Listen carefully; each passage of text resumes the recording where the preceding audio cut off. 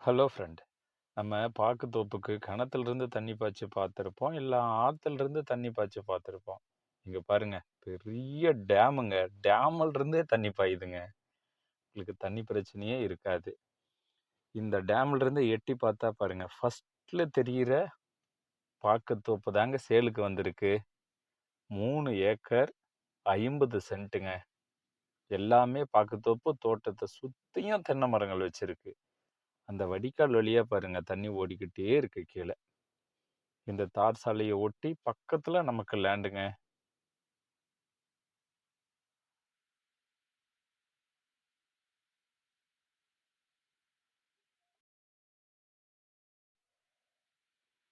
பாருங்க ஃப்ரெண்ட், பாக்கு மரம் சூப்பரா வளர்ந்துருக்கு.